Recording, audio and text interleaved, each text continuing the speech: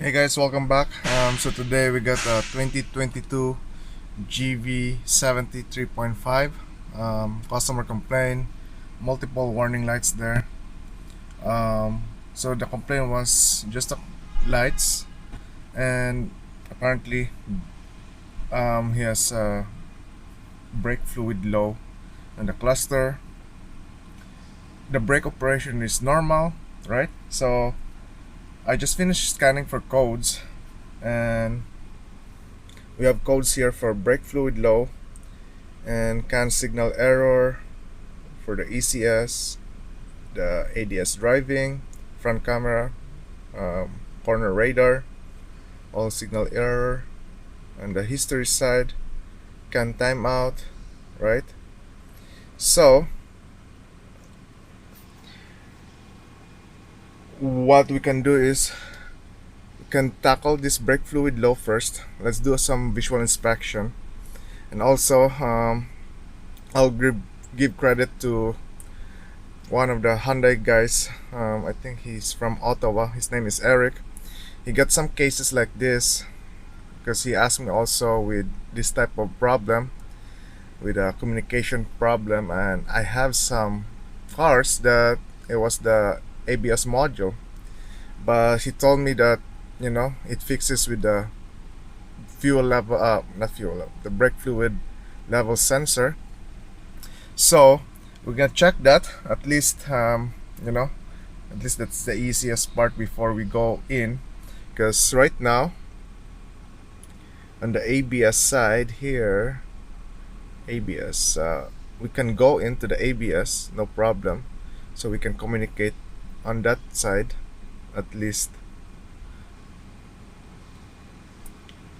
and then we're gonna check our wiring diagram for that and how that circuit works. Let's just wait a little bit. So yeah, we can go into the ABS module and bunch of codes from the ABS module. So let's go on under the hood, and then let's check first the brake fluid. Okay, so under the hood, I just remove our cover here. It's just clips there, push-in clips, so that's easy. Okay, so we can see that there's some brake fluid in there, right? It's not on the max, right? Maybe the pads are low too. I don't know if you guys can see it.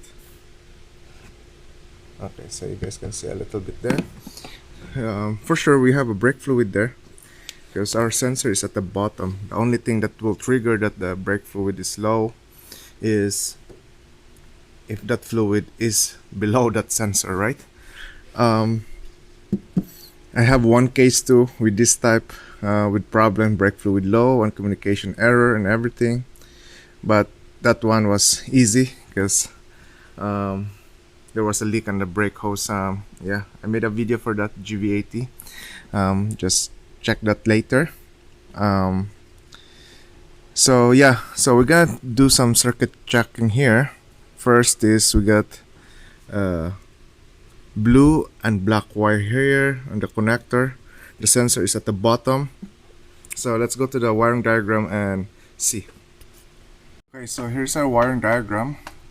Here's our brake fluid sensor. That's the one there at the bottom of the reservoir. So we got power here, right? And ground. So this is just a resistor here. So we're gonna expect something when we back probe this one. We should have at least power or some voltage there, right? I did check some cars too that this guy here should give us 7 volt something, so don't expect anything like 12 volts or something like that. So we should expect something 7 volts here. I don't know if there's a service information about that, but I just did check because I just went through with this one quick, and I just went straight to another vehicle just to double check what voltage I have. And so now we're gonna do a circuit check right now and see. Okay, so my voltmeter is ready. So one lead that's going to the ground, or you can use that ground on that connector here, or you can use whatever is a good ground, right? So first we're gonna go to a good ground, which is we can use this stud here, right? And of course, every time you put this ground side, you double check your positive one. So in order to check the positive one, let's go to our positive area here on the junction box.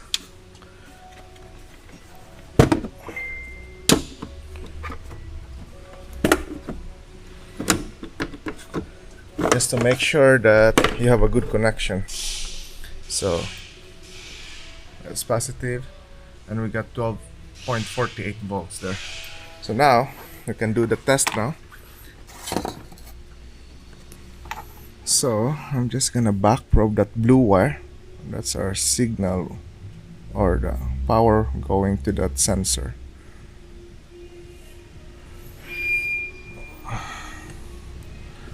You know what, let me put you guys down first.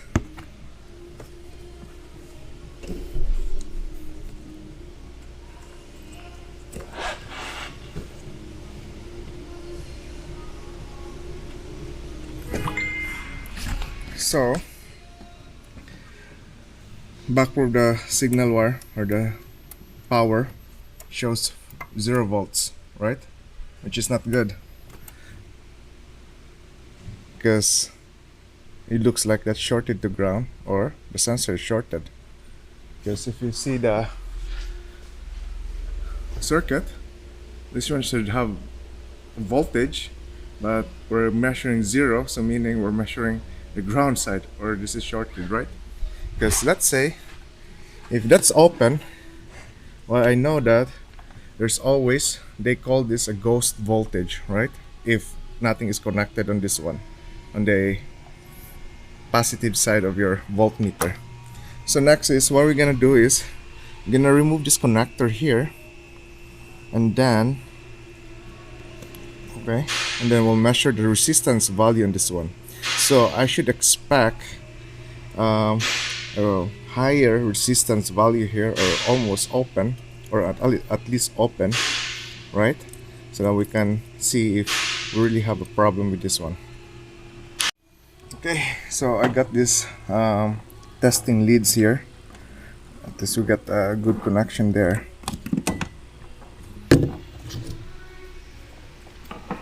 So we're gonna just put this inside.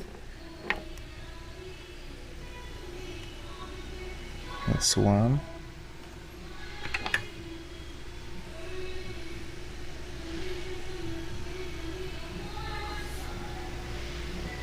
That's two. Okay. And now we're gonna change our value, or the unit on our voltmeter, to resistance. So let's just go escape. I'm gonna go ohmmeter. Okay. Again, test your equipment. You guys can see. So I should read. Oops, that's a little bad connection there.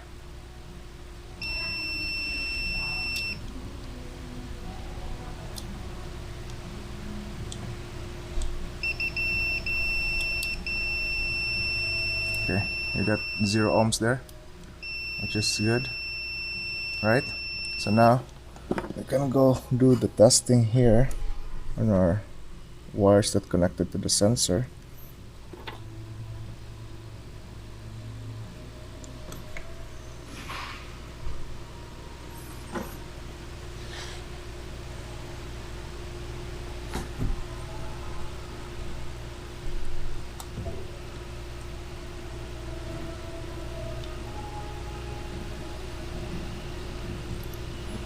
Why is it like that?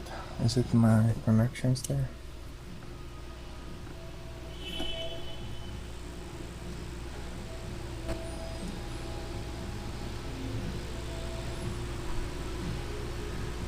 So right now I'm reading 900 kilo ohms.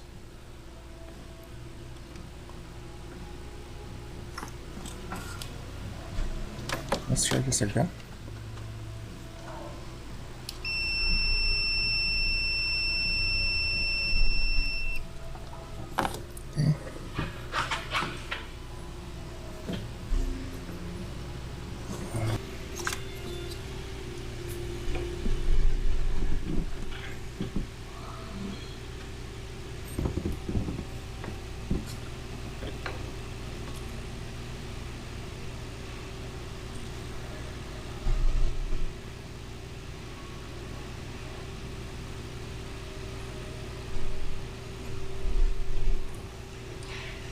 Okay. Wait. Why is it doing that? So if I'm gonna plug that back in,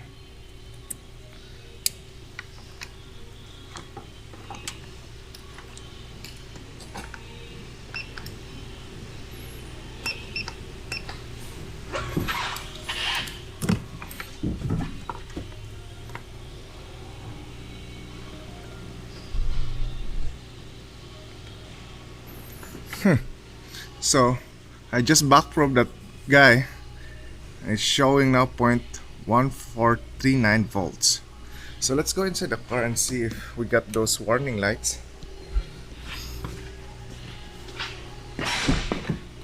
That's weird.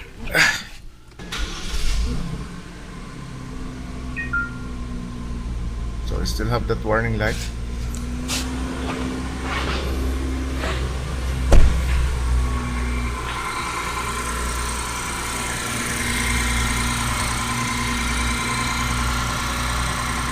And our voltage reading is reading 1.5 volts.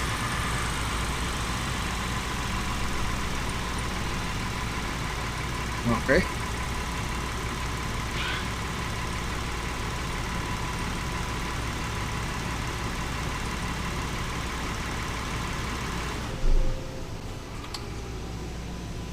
That's weird. Let me try another multimeter.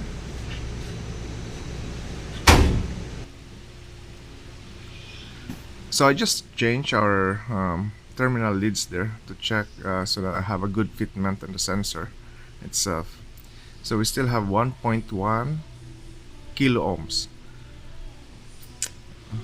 But earlier we saw that voltage there, it went to 0. It should read something, you know.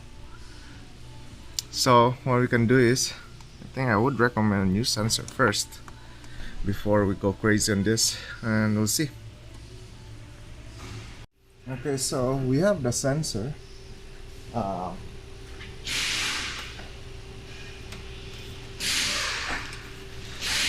here's our part number for that new sensor. So what we're gonna do is, I'm just gonna drain the fluid first until on that level, and then I think the way this sensor is clipped in, it's just there's a tab there at the very top.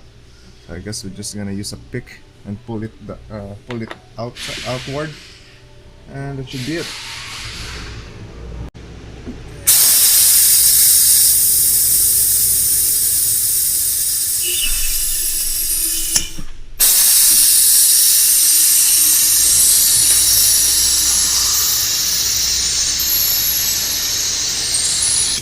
Okay. Okay, let's just prepare some rags there. I hope I can just remove it through here. So how does the sensor look?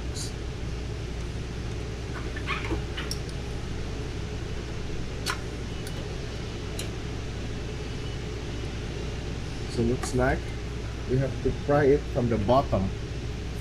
Okay.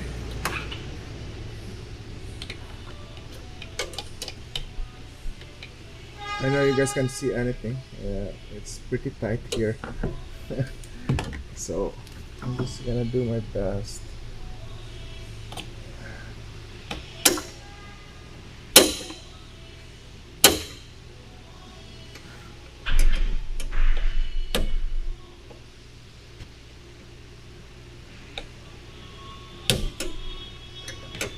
No,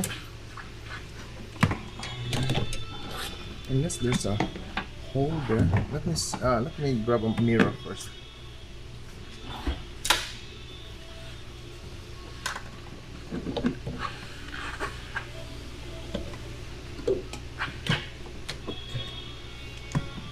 Okay, so there's a hole there for the tab. I don't know. I'm just gonna try my best. If you guys can see anything there on the mirror itself. So there's a hole where the reservoir is. So that's, I guess that's where you're gonna pry and push in your tab there, right? So that's what we're gonna do. I guess a wrong hook. I'm gonna try using this type of hook here.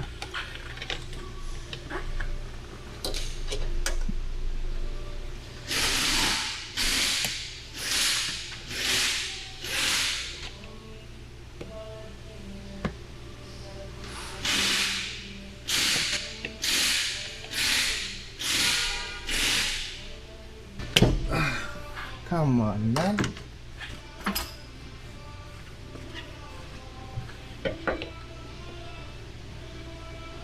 Okay. Whew. Okay. Let's remove our sensor.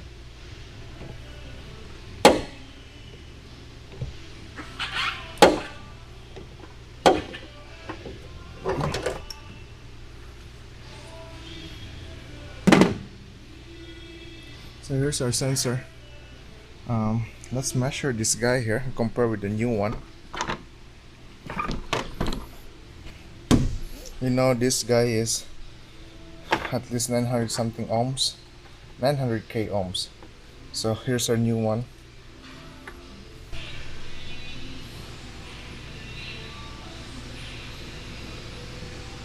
This is around 1 mega ohms, okay? 1 mega ohms. How about with our other multimeter?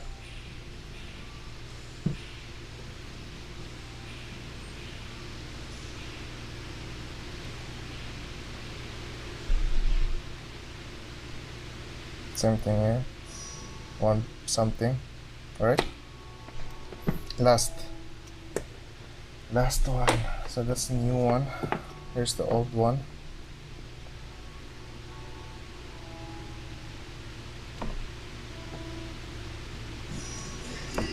Well, I think the important thing here is once we plug this in, right, on the reservoir, it should show something. It should not be, at least. So this one is kilo.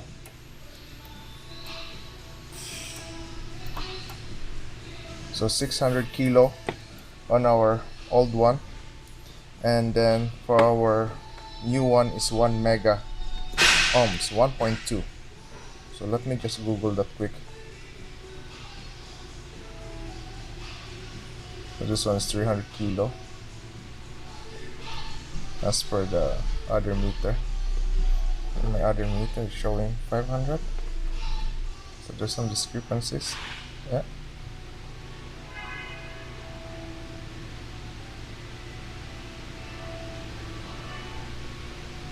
There are some discrepancies, man, on this meter, man.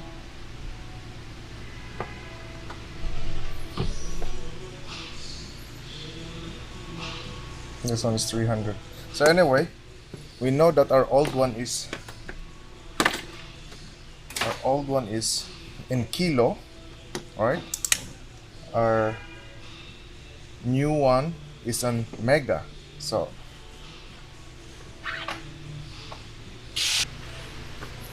okay, so I just googled our mega ohms to kilo ohms. So mega ohms is more bigger than the kilo ohms. I think mega ohms, it has 5 decimals compared to the kilo is 3, if I'm not mistaken. Let's see, mega ohms, so to kilo ohms, yeah. Okay, so let's install this new sensor and let's check our warning lights after. Okay, so here's our new sensor. I'm just gonna install this guy here.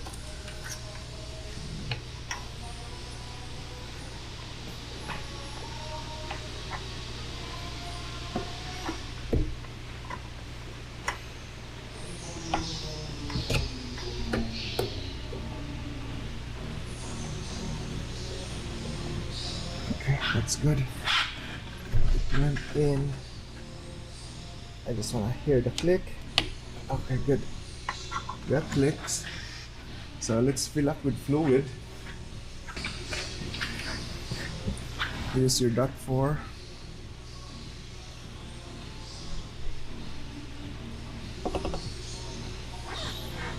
Okay, so I just fill up our reservoir here on the side, and here's our voltage reading right now with the new sensor. It's reading 7.6 volts, so that should what we expect. I know sometimes on the it comes from the fuse box and we expect something like a 12 volts or something like that, right? But in this case I think it just needs a voltage power from the just to that sensor. Doesn't really need a big current to make it work. So anyway, let's go inside the cluster, and we can see there's no more warning lights there, which is good. I'm gonna scan again for codes, and we should expect that these codes are going for history. So I'm gonna rescan that, and let's wait. Okay, so the full system scan is done, and we can't see any no current DTC now, so which is good. The computer is happy, and everything went to history, and our brake fluid level is not there, so that's good. So let me just clear the code for that. I'm just gonna clear the code until we fix the problem now. And ignition on, that's gonna be your number for your fuel level sensor, brake fluid sensor level sensor. Okay, so what I'm thinking there is, that's why we have those scan signal error. In just my opinion, if the sensor is shorted to the ground, and we can see that can maybe affect all the communication lines, right? So that's why we get all those scan signal errors. So I think the takeaway from this is, if you have this type of problem, if you have this specific problem, this car, let's go check first the level sensor. Especially that's the easiest part before going on those communication problems. And if you have a different vehicle, so always do the easiest part, right? Because maybe all of those codes that you have, especially this problem here, that there's a bunch of codes that's just all related, right? So I guess you enjoyed that video, guys, and I hope you learned something. I learned something, and thank you again for watching. See you next time.